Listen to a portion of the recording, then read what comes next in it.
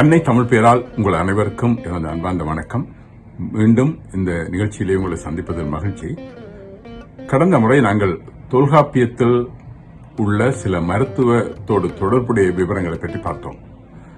அதிலே நாங்கள் புணர்வு என்பது அந்த புணர்வினால் ஏற்படக்கூடிய உடல் உள ஆரோக்கியம் பற்றி பார்த்தோம். அத்தோடு அந்த புணர்வின் படிநிலைகள் பற்றி பார்த்தோம். இந்த புணர்வின் படிநிலைகள் சார்ந்த சில குறைபாடுகளும் இருக்கின்றன அல்லது நோய்களும் உள்ளன. இதில் ஒன்று புணர்ச்சி ஆர்வ குறைபாடு அல்லது புணர்ச்சி வெறுப்பு என்று கூறலாம். அதாவது செக்ஷுவல் இன்ட்ரெஸ்ட் அரவுசல் டிசார்டர் என்பது அவற்றில் ஒன்று. இந்நோயிட்டவர்களுக்கு இப்படிநிலைகள் சரியாக இயங்காத காரணத்தினால் புணர்வு என்பது ஒரு வேதனைக்குரியதாகவும் வெறுப்புக்குரியதாகவும் மாறி குடும்ப வாழ்க்கையிலே விரிசல்களை தோற்றுவிக்க வாய்ப்புண்டு. இதிலே சிலருக்கு இந்த குறியிலே சுரக்கின்ற திரவம் குறைவாக இருப்பதனால் வேதனை ஏற்படுவதற்கான வாய்ப்பு உண்டு. இவர்களுக்கு அந்த தொல்காப்பியத்திலே குறிப்பிட்ட அல்குல் தைவரல் மூலம், அதாவது குறியினை தடவுதல் மூலம் அச்சுரப்பினை அதிகரித்து இந்த வேதனையிலிருந்து விடுபடுவதற்கான வாய்ப்புண்டு. இதே போலவே இன்னும் ஒரு வகை இதற்கு எதிரானது நீங்காத குறி தூண்டல் தன்மை என்பது. இது பெர்சிஸ்டன்ட் ஜெனிட்டல் அரவுசல் டிசார்டர் அல்லது PGAD என்று கூறுவார்கள்.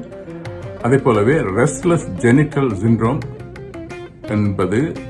என்றும் கூறுவதுண்டு. இதனால் பாதிக்கப்பட்டவர்களுக்கு சடுதியாக எந்தவித தூண்டல் காரணமும் இல்லாமல் புணர்வு உணர்ச்சி ஏற்பட்டு உணர்வு உச்சம் வரைக்கும், அதாவது ஓகசம் வரைக்கும் இது போகலாம். இது ஆண்களை விட பெண்களுக்கு அதிகமாக ஏற்படும் ஒரு நோய் அல்லது குறைபாடு என்று கூறலாம். இதனை நாங்கள் அதீத பாலுணர்வு தன்மை என்ற இன்னும் ஒன்று, அதாவது ஹைப்பர் செக்சுவாலிட்டி என்பதுடன் என்று தவறாக நாங்கள் புரிந்து கொள்ளக்கூடாது. ஏனென்றால் அந்த அதீத பாலுணர்வு தன்மை என்பது பால் உணர்வோடு ஒட்டிய சிந்தனைகள் கட்டுப்பாடின்றி அடிக்கடி ஏற்படுவதை அல்லது அவ்வாறான பாலியல் உணர்வுகளை வெளிப்படுத்தும் செயல்களை கட்டுப்படுத்த முடியாத ஒரு தன்மையை குறிக்கும்.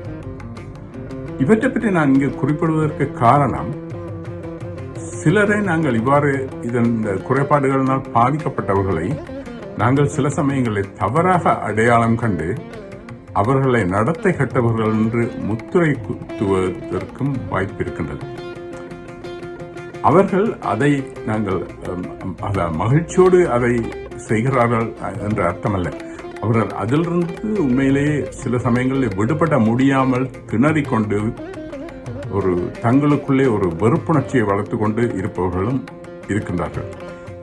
எனவே இவர்கள், அதாவது மருத்துவ ஆலோசனை மூலம் இவர்கள் பயன்பெறுவதற்கு, அதாவது உடல் உள ரீதியான மருத்துவ நலன்களை பெற்று இந்த தன்மைகளிலிருந்து, இந்த குறைபாடுகளிலிருந்து விடுபடுவதற்காக அல்லது இந்த குறைபாடுகளை குறைத்துக் கொள்வதற்கான வாய்ப்புகள் இருக்கின்றன.